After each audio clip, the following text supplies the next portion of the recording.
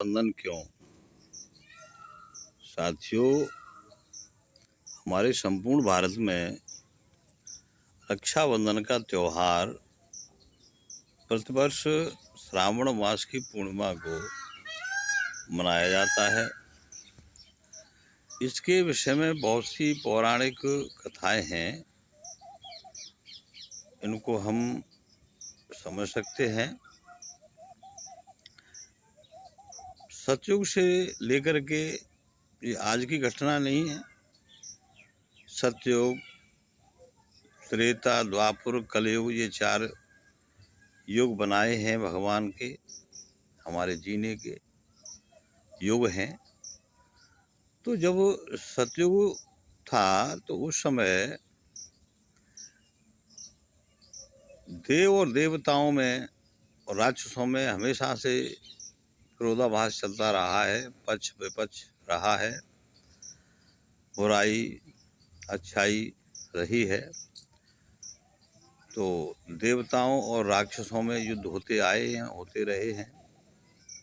वैसे विजय जो है सत्य की होती है, आप जानते हैं इस बात को। तो इंद्र और राक्षसों में जब युद्ध हुआ, पद प्रतिष्ठा पर होता है, आप जानते हैं। तो रक्षा के लिए इंद्राणी ने उनकी हाथ में राखी बांधी कि ये राखी मेरे सतीत्व की है, मेरे बल की है, इससे आप विजयी होंगे। और वो विजयी हुए। ये परंपरा पौराणिक पौष पुराण में है, ये चली आ रही है। उसी दिन से जो है हम सब लोग उसी परंपरा को हमारे बुजुर्ग करते आए हैं, तो हम भी करते रहे हैं। कामना करते हैं कि जिस प्रकार से इंद्राणी अपनी ताकत, अपनी सतीत्व, अपने शक्ति को जब अपने पति इंद्र को समर्पित कर सकती है, तो हमारी भी पत्नियां हैं सबकी, तो वो उनकी ताकत पुरुष होता है। तो बहनों को, जो घर की स्त्रियां हैं, उनको ये सम्मान सूचक शब्द कहा है मैंने। स्त्रियों को अपने पति के प्रति समर्पित होकर के उनकी रक्षा की कामना करनी चाहिए ईश्वर से। वो सत्य में हमेशा विजयी रहें और रहेंगे। दूसरी पौराणिक ये है कि एक बार राजा बलि राजा का बड़ा अच्छा इतिहास है कि वो बड़े धर्मात्मा पुरुष थे, बहुत दिन अच्छा राज किया। पूर्णता को प्राप्त करके उन्होंने इस बात को चरितार्थ किया कि ज्यों जल बढ़ता नाव में, ज्यों जल बढ़े नाव में, और घर में बाढ़े दाम, और दोनों हाथ उलीचिए, यही है सज्जन का काम। जब पूर्णता में थे तो वो दान किया करते थे, दानी के नाम से प्रसिद्ध थे। तो उस समय 52 भगवान अपना जो है रूप लेकर के, एक भिक्षु का रूप लेकर के वहाँ जाते हैं, उनसे दान की कामना करते हैं कि भाई मुझे दान चाहिए, परीक्षा के रूप में कर रहे थे। तो उन्होंने दान लिया है, तो महाराज क्या चाहिए बताइए आदेश। कि भाई मुझे तो 2 पैर या 3 पैर जगह जगह चाहिए रहने के लिए, हमें साधुओं को क्या धन दौलत से क्या लेना देना है। तो सोचने लगे, बड़े विद्वान थे, ज्ञानी थे, कि भाई ये कोई न कोई श्रेष्ठ पुरुष हैं।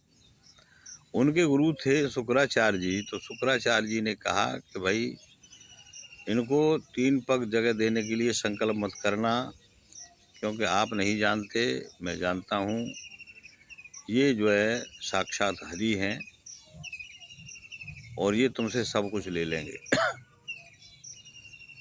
तो यहाँ पर बलि ने कहा कि महाराज, जिन को प्राप्त करने के लिए जन्म जन्मांतर निकल जाते हैं, और वो मेरे दरवाजे पर भिक्षु के रूप में है, और वो सर्वस्व उन्हीं का है, तो उन्हीं को अर्पण करने में मुझे कोई परेशानी नहीं, कोई गुरेज नहीं है। फिर भी वहाँ उन्होंने नहीं मांगा है। तो जब संकल्प कर रहे हैं गंगा जल के द्वारा, तो गंगा जल एक गंगा सागर एक पात्र होता है, तो उसमें एक टोंटी होती है पानी निकलने के लिए, तो उस टोंटी में घुस जाते हैं। तो निकालने के लिए उसकी लकड़ी डाली जाती है, तो आँख फूट जाती है और संकल्प हो जाता है। तो कुल मिलाकर के वो जगह एक पैर से धरती को नाप लेते हैं, दूसरे से स्वर्गलोक को नाप लेते हैं, और तीसरे पे वो सिर कर देते हैं कि लो महाराज, अब तीसरा पैर मेरे सिर पर रखिए। तो इसके बाद जब वो तीनों लोग नप जाते हैं, तो कहते हैं कि भाई चलो अब मेरे रहने के लिए स्थान। तो रहने के लिए स्थान जो पाताल लोक में है, चतुर्मास 4 महीने का होता है, तो वहाँ जो है वो रहते हैं।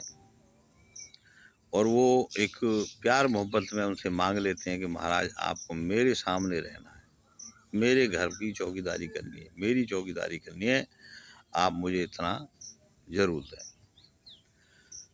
तो भगवान उनकी चौकीदारी करते हैं।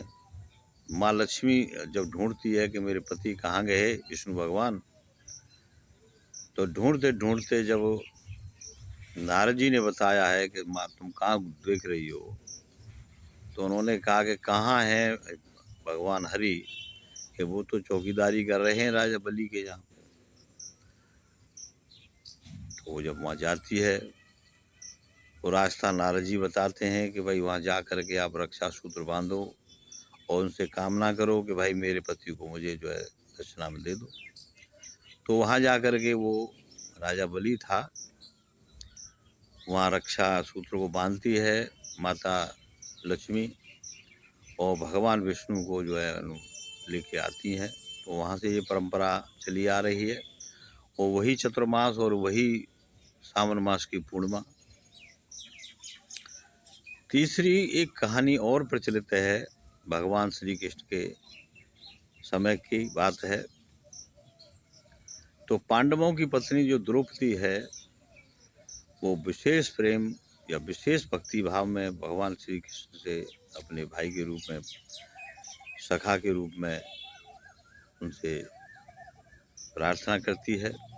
जब एक बार यज्ञ हो रहा था, राजसूय यज्ञ हो रहा था, तो उसमें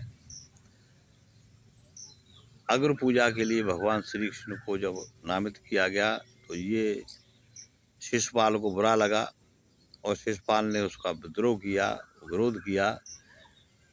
तो वहाँ भगवान श्री कृष्ण ने से जब 100 गालियाँ दी हैं, और उसने वादा किया था अपनी बुआ जी से, क्योंकि बुआ का पुत्र था, कि भाई मैं इसकी 100 गालियाँ माफ़ करूँगा, इसके बाद नहीं करूँगा, मैं इसका वध कर दूँगा।